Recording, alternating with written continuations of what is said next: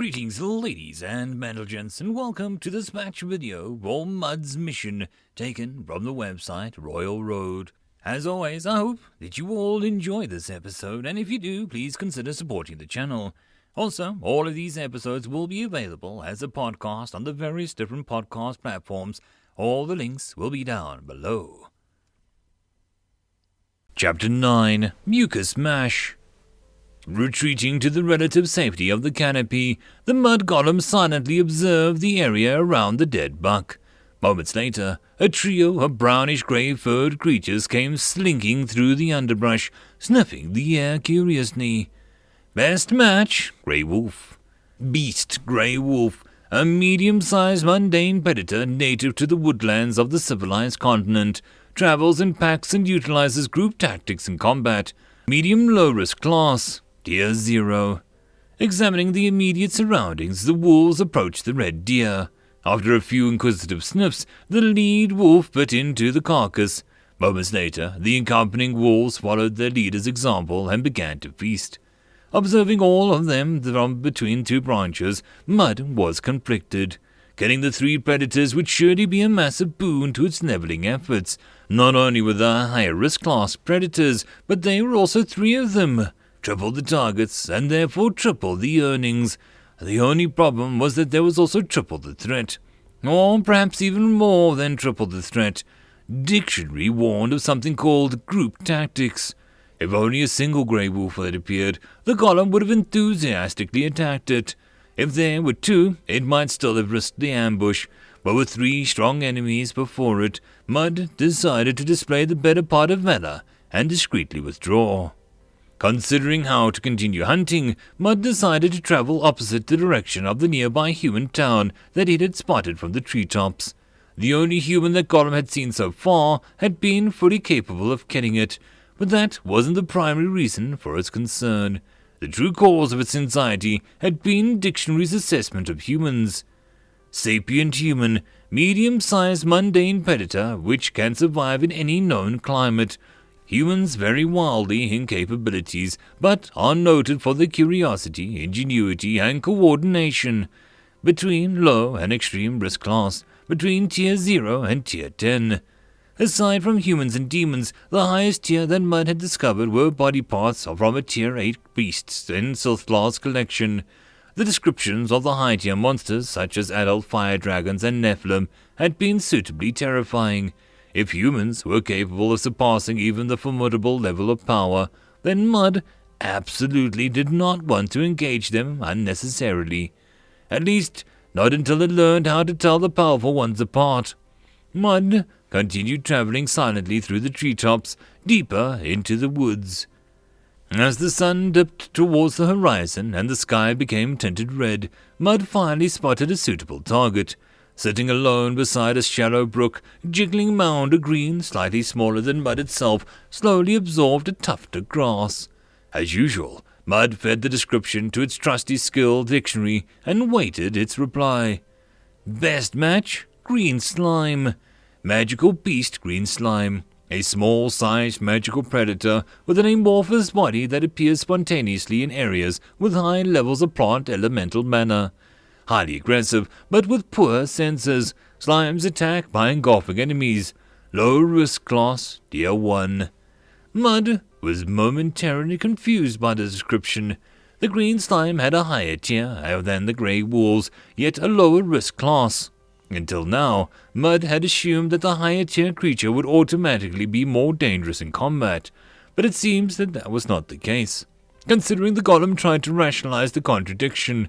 Since tier represented how naturally powerful the creature was, it was possible that the slime was simply incredibly inept at utilizing its own strength.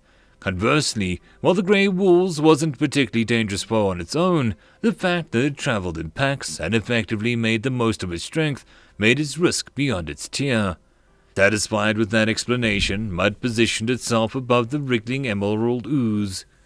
Learning from its past mistakes, Mud carefully released the branch supporting its weight so as to not make a sound, and it descended from the hapless slime. Sneak attack skill has increased to level 2. A disgusting squishing sound filled the clearing as two viscous masses slammed together. The fall had done considerably less damage than Mud had hoped, the fluid body of the slime deforming to absorb the impact. Reacting instantly to the strike, the thick bands of mucus spread across the surface of Mud, trying to envelop the golem. Mud in turn tried to spread itself out inside to envelop the slime. As the result of the back and forth, a bizarre kind of wrestling match occurred between the two amorphous beings. To a viewer on the outside, the fight might resemble a jar of peanut butter and a bowl of lime jello placed in a blender. Despite the ferocity of the combat, the victor of the scuffle was decided from the start. While the green slime was being slowly torn apart and ravaged by the wild melee, Mud remained completely undamaged. The acidic properties of the slime's mucus had no effect on the durably powdered earth elemental that made up Mud's body, and the slime's primary hunting tactic of suffocating had no meaning against a foe that didn't breathe. Only a few seconds after the chaotic battle began, the green slime finally died. Experience gained 34. Success! Just as Mud had hoped, the slime gave significantly more experience than the red deer, despite being the same threat class. The fact that it was both a predator and a magical beast seemed to make a big difference.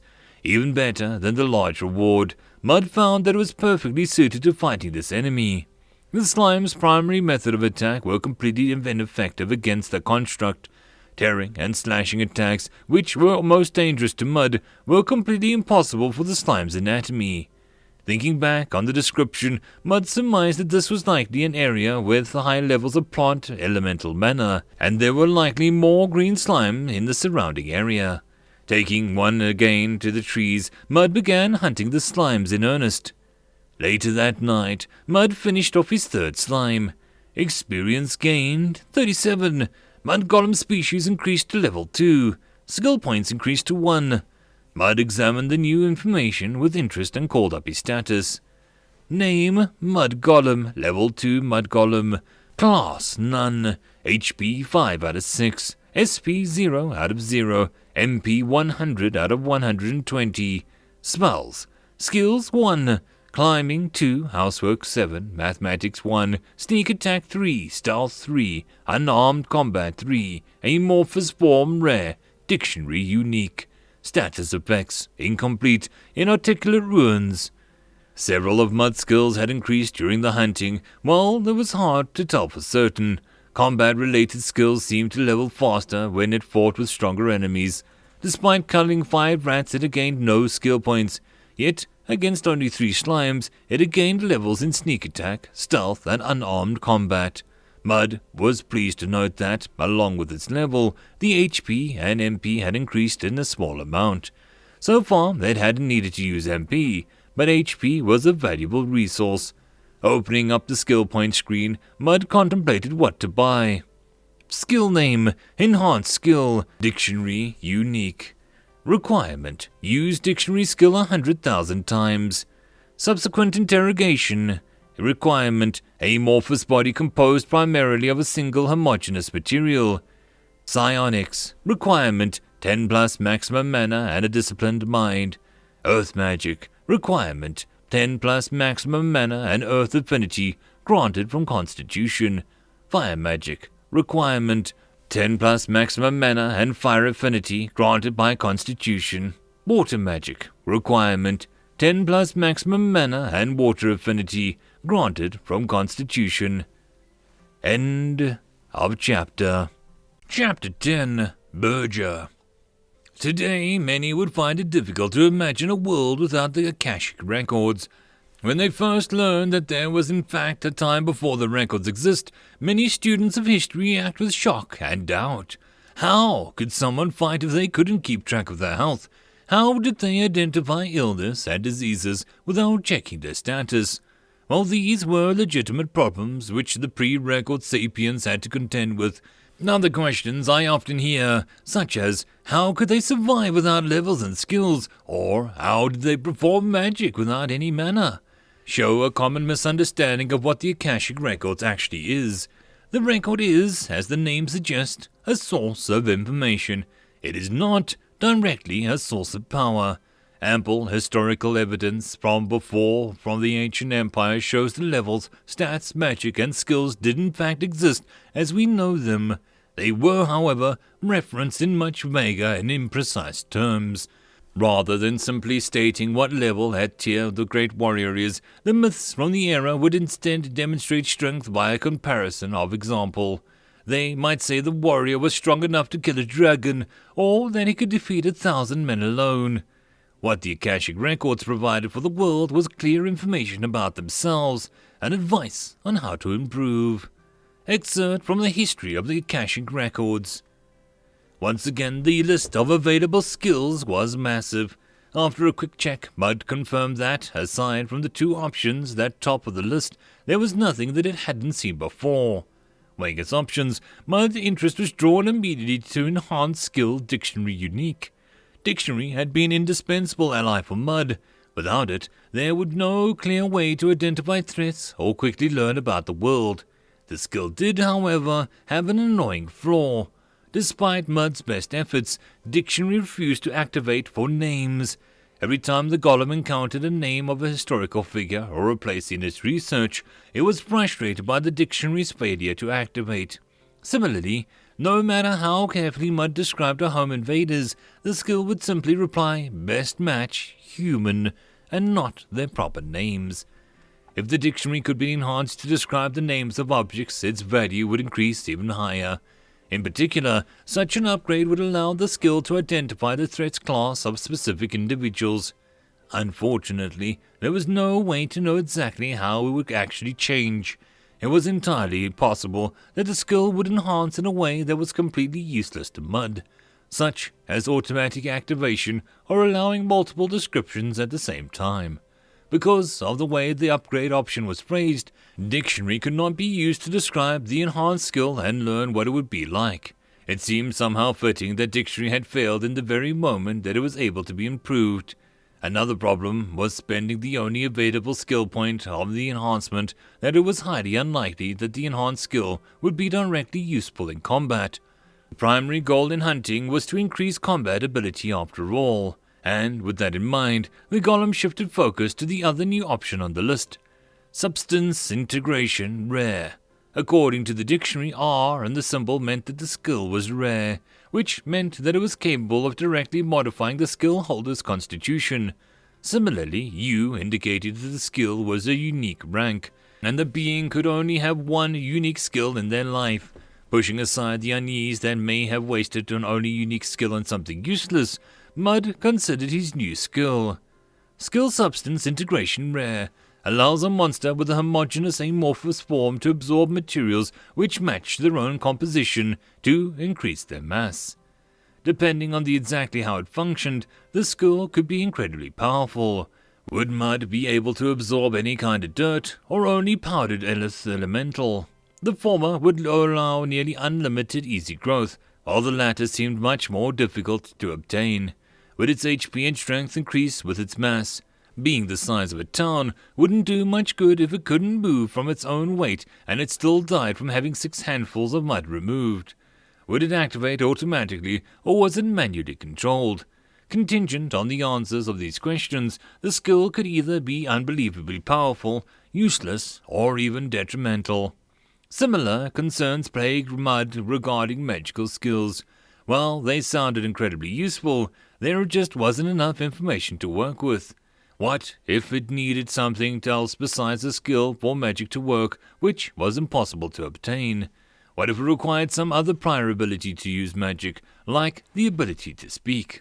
It was more considered, the more possible pitfalls appeared. Turning back in the direction of Sithlar Estate, Mud made his decision. It would ask for advice. Mayor Fellow rolled out of bed with a groan. He hadn't been sleeping well lately. The date of the dungeon wave was growing near, and the stress was piling up. Normally, a festival wouldn't have been much of a problem. As an annual event, the city council would reuse the plans from last year with a few minor tweaks. Such convenient methods became impossible when it was announced that the Crown Prince would be attending this year's festivities. After the news broke, countless other powerful, famous individuals declared that they would be coming. doubtless seeing that this a prime opportunity to form connections with the young prince. And as a result, Valor had been forced to increase its scope and event again and again. The work at times seemed never-ending. Noting the dark skies and the visible stars outside the window, and deciding that he would be unable to get back to sleep, the overworked mayor pulled on a comfortable suit and decided that today he would visit Sithlar. Even if he couldn't get a vitality tonic, he could at least get something to help him sleep. Bitterly, he thought, if only there was a potion that could cure my real problems. Pushing open the thick metal door, Mud greeted the familiar sights of the demon Jibrax lounging in the air above the shimmering rainbow lights of the magic circle. Not even lifting her head, Jibrax spoke. "Back already? I hope you have more to show for your troubles this time than 5 experience." "I've increased my level." At that, the demon sat up straight and placed a hand over her mouth in mock surprise. "Oh, look at you! Level 2. Be careful not to blow up the planet with that awesome power of yours." "I will be careful. I have need of advice to spend my skill point." "Well, hold it." Holding up one hand with a stern expression, she continued, "I've already helped you plenty. I've shown my goodwill. You're not getting any more out of me until I get out of this stupid binding." Leaning down from her perch suspended in the air, Jibrax grabbed a thick stack of papers. "I've read through your contract. It was a bit hard to follow, even for me, but I think I have a good understanding now. Basically, I have to help protect this list of stuff, have to try and help you if I know how, and I can't intentionally hinder you, and otherwise I can do whatever I want. That about right?" "It is, as the contract states. I won't fall for the trick of letting you simplify it verbally." "Worth a shot." "All right, fine." Standing up to her full height, the demon spread her wings proudly and placed a hand over her heart. Jibraxacali Comic Zal Walkie Dupilius agreed to abide by this written contract so long as we both live. I, my Golem, agreed to abide by the contract I wrote so long as we both live. With no visible change occurred in the cold stone room, the two monsters present buckled under the heavy weight of the contract as it ensnared their souls. End of chapter. Chapter 11. Management.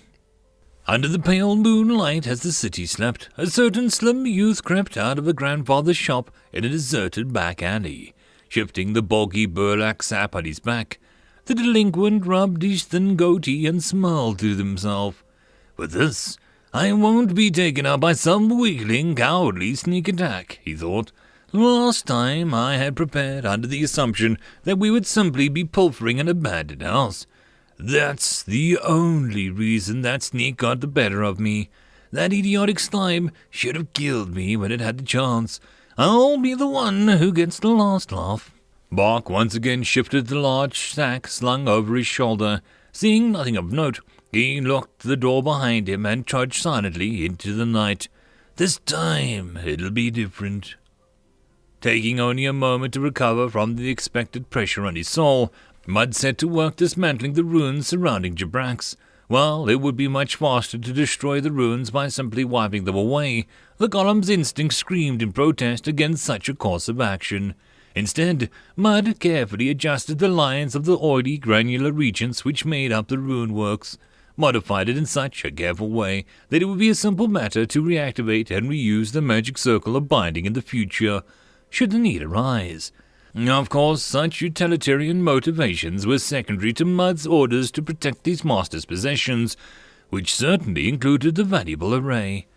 And after nearly an hour of meticulous work, the shimmering rainbow luminescence finally faded from the ruins in the final defiant flicker. No sooner had the light faded from the demon Jibrax burst forth from the interior with a manic grin on her face, limbs flailing wildly. "Freedom! Freedom!" Flying around the room in wide circles, Jibrax let out a hearty laugh, hugging her shoulders. "I was getting so sick of that cage, and it's all thanks to you, little guy." Swooping down, the demon grabbed Mud's outstretched arms, giving the pile of dirt a powerful hug. Dropping the mud golem, which mysteriously hadn't dirtied her arms or clothing, she made for the door. "I can't wait to get some fresh air." "Stop." Freezing in place, the demon's excited demeanor evaporated and slowly turned to face the source of the order. I have need of advice to spend my skill point. Blowing a stray hair out of her face, Jabrax's shoulders slumped. Yeah, fine. I guess getting out of this stupid room can wait. Sitting in the air in her typical fashion, the demon placed her head on her hand. All right, let me see your status so that I know what we have to work with. Receiving only a blank stare, she sighed and continued. Just think like you want me to be able to see it. The record is all about sharing information, so those guys didn't make it hard to trade statuses. A moment later, she hummed in satisfaction. Yeah, that's it. Let's see here. Wow, what's with that mana stat? That's, freakish. We should definitely do something with that, and, the surprises keep coming. Even for a golem standards, this damage resistance is crazy. What did that geezer even make you out of? I do not see damage resistance on my status. Jabrax burst out with a laugh, then with a moderate success suppressed it with a hand to her mouth. You have an unexpectedly cute side to you. It's easy to forget how ignorant you are after seeing you make a crazy contract. Look, just think that you want to see more details on the statistics about yourself. Thinking with all his might, Mud demanded statistics.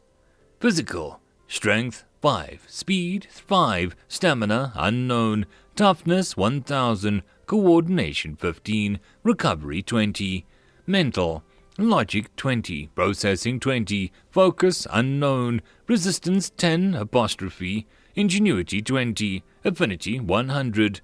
Focusing on the mark next to the resistance, a second window appeared. General resistance 10, earth resistance unknown, fire resistance 1000, water resistance 100, immunities, disease, fatigue, hunger, paralysis, poison, sleep, stun, suffocation, thirst, wounds. Clearing her throat to get his attention of the distracted golem, Jabrax continued. It looks like you have pretty good mental stats. You could become a pretty scary mage in the long run. Your unique skill looks like an information type, so we probably don't need to worry about synergy. Usually you should enhance your unique skill as soon as possible, but for now, I think you should try one of the magic schools that looks interesting to you. Nodding at the wisdom of her own analysis, Jabrax crossed her arms and waited for the golem to make its choice. Mud had been thorough when designing the contract, so there should be no way for the demon to give advice that would be detrimental to the golem. Still, it was difficult to completely trust her. Although the magic contract enforced her compliance, it was obvious that she would desire the golem to die as soon as possible. Mud's death would free her fully from the contract, allowing her to do as she pleases without restriction. Putting aside a reasonable paranoia, Mud decided to once again follow the demon's advice and purchase a magic skill. The question now was which one. The options available were psionics, earth, fire, and water. Earth seemed somewhat redundant, since Mud could already attack with earth by simply striking with a limb. Fire and water would be useful as means of an attack, but would likely have little utility outside of combat. After all, if Mud needed fire or water for a mundane task, it could simply obtain them manually without the need for magic. No golem fears manual labor.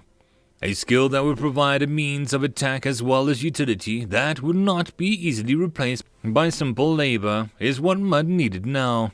Without further hesitation, Mud selected psionics. In the early morning light, a middle-aged man in a comfortable suit walked out of what most would consider the limits of the city Galtheus proper. Looking up at the steep winding path through the woods before him, he let out his tenth sigh of the morning. Why did he have to build his home in such an annoying place? Taking a swig from the canteen and wiping away his sweat, Mayor Farrow began his trek up the forest trail. Nearby, in the secluded clearing, the thin youth filled with ill-fitting metal armor stood up comfortably. The impressive full body plate mail, clearly meant for someone a size larger, hung loose on his body. Several straps meant to secure the armor in place hung unused, and several others were tied in points of the armor seemingly at random. Behind him, a muscular delinquent with greasy ponytail approached, holding a partially eaten meat pie. "Oi, Bark, is that you?" he asked between bites, crumbs flying. Turning deliberately so as to not fall over, the armored youth turned.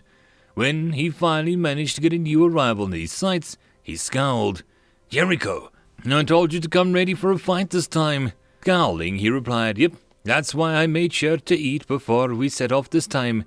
Opening his eyes wide in a look of realization, he added, Oh, I figured I'd pick up a new walking stick in the woods on the way up, if that was what you mean. I'll be good to go with you before the Siflaw's place. No worries.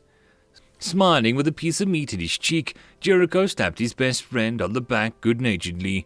Swinging his arms like a scarecrow in a futile attempt to maintain his balance, Mark fell to the floor. Chapter 12. Mind Mana. Knowing the true name grants me power, that I thought it was an extent of it. How naive I was. Knowing can give power over others, why not power over me? If only I'd realized sooner. I was greedy, I looked too high. But I know now, as soon as I read its name, I felt it, even if my mind were wiped clean, the name would be all that was left. It sees me now when I think of the name, and it draws its attention, but when I try not to think of its name, it sits in the corner of my mind, watching me, waiting just outside my vision, like an itch, and it wants me to know. Don't make the same mistakes I did. Letter mailed to the Northern College of the Arcane Arts, Demonology Department, unknown author. When the skill was purchased, foreign knowledge entered Mud's mind. To invoke magic was to force your will upon the world. The medium that allowed the force of will to shape reality was mana. Before it could enact your will, however, mana needed to be tainted to match the task. For the magics of psionics, the mana must be mixed with an ideal of control. Within Mud's mechanical mind, a vision of the ideal of control took shape. The true essence of the act of controlling the state of being in control, and the controller itself. Unconstrained by the limitations of a specific embodiment, this was the ideal which could be imbued into mana to create mind element. In addition to the ideal of control, the skill fed what felt more like a suggestion than a raw information preceding it. Two methods in which the corrupted mana might be used to control perception and to control movement. Cursia spells obtained. Lesser telekinesis spell obtained. Spell Precursia. Cause target to hear auditory hallucinations, a degenerate form of hallucination. Spell Lesser telekinesis. Apply minor force to target, a degenerate form of telekinesis. Lying on her side, hovering above the ground, Jebrak smiled. So you went with psionics? Interesting. I thought you would go with Earth, seeing as how you're, She gestured vaguely at the golem's body. Made of the stuff, bias and all that. Not that it's a bad choice. This should up your combat ability greatly. Seeing a perfect opportunity to practice using new tools, Mud began diligently converting mana into mind element. After enforcing the ideal of control onto all the mana it could feel, it turned to focus towards Jebrak's and attempted to enforce its will of control that she heard. A monotone voice similar to that of a very young boy whispered in the demon's ear, "Can you hear my voice?" Sitting up, Jebrak held two tightly clenched fists to her chest.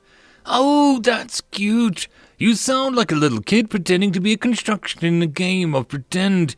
Oh, just so you know, I'm letting you through my mental defenses on purpose. If I wanted to, I could totally block your weak spell." "Noted. The spells I learned have expected utility value, but do not seem useful in combat," replied the golem flatly. Jebrak stood proud and took a lecturing tone. "Oh, is that ingenuity stat of yours a joke? Imagine how distracting it would be for your targets to suddenly hear a monster roar behind it when in the middle of battle. Or you could just send a massive amount of meaningless loud noise all at once to overwhelm their senses. With mind mana, you can make your enemies hear noises even louder than it's possible for them to actually hear with real ears." Leaning down and putting a hand near her mouth, she continued with exaggerated covetousness. "Plus, once you get better at using mind mana, you could do a lot more brutal stuff." At that moment, a heavy pounding noise resounded from the first floor. Mud began slithering towards the stairs to investigate, but was stopped by a dainty hand on its shoulder. "Hold up. Let me handle this. I'm great at dealing with humans." Jebrak's face split into a wide smile. Somehow her teeth seemed sharper than the golem remembered. "Open up, Sithlar, it's me, a fellow." An unhealthy-looking man's comfortable suit was drenched in sweat as he pounded on the door. "I know you're in there." "Oh." His assault of the entrance was interrupted when the door actually opened. Appearing in the gap of the partially opened door was a young woman in her late teens. Her face was average if somewhat plain, and her build was slightly thick. She had a pale complexion, as if she didn't spend much time outdoors. The only notable aspect of her appearance to Guy was a mass of fluffy, almost sheep-like hair. The locks that were shade of deep maroon. Such an unusual hair color was often a sign of long-term exposure to tainted mana. The girl was likely a magic user of some kind, but as he wasn't an expert in such things, Valor had no idea what kind of mana she might have. Backing up slightly to give the young lady space, he introduced himself. "Hello there, miss. I'm looking for Sithlar. Is he in?"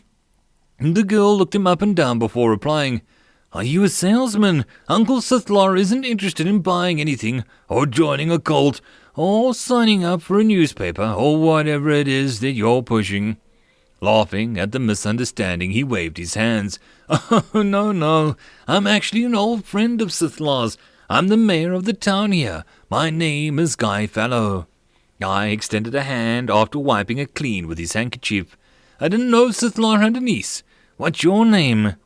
Looking at the extended hand for a moment, the teen finally relented and shook it. "I'm Jibrax. I came to stay with Uncle for a while since my mom is sick." Smiling sweetly, she continued, "Maybe you should come in for a while. We can—" The girl suddenly froze in her conversation. Her eyes flickered for a moment into the woods behind the mayor before returning to focus on Fallow. "Actually, I just remembered we were a bit busy right now. Sorry, could you just tell me what you came for? I'll pass it on to Uncle." I was momentarily confused by the sudden shift in conversation, but quickly regained his composure.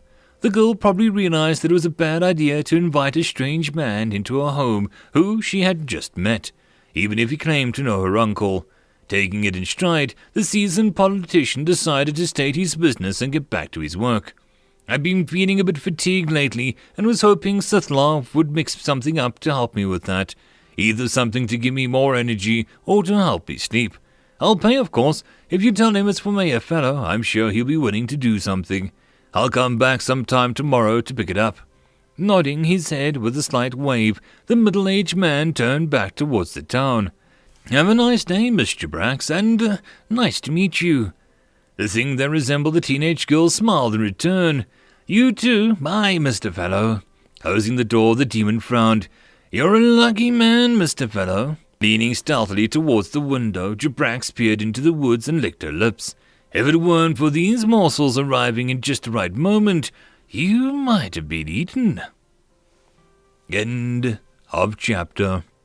And that, my friends, concludes this video. I hope that you enjoyed. If you did, please consider supporting the author from the link down below. Otherwise, if you wish to support this channel, there are numerous ways to do so, like liking, subscribing, and possibly even becoming a patron. Otherwise, the easiest way would be to share. And until the next video, I hope that you all have a good one, and I'll see you then. Cheers.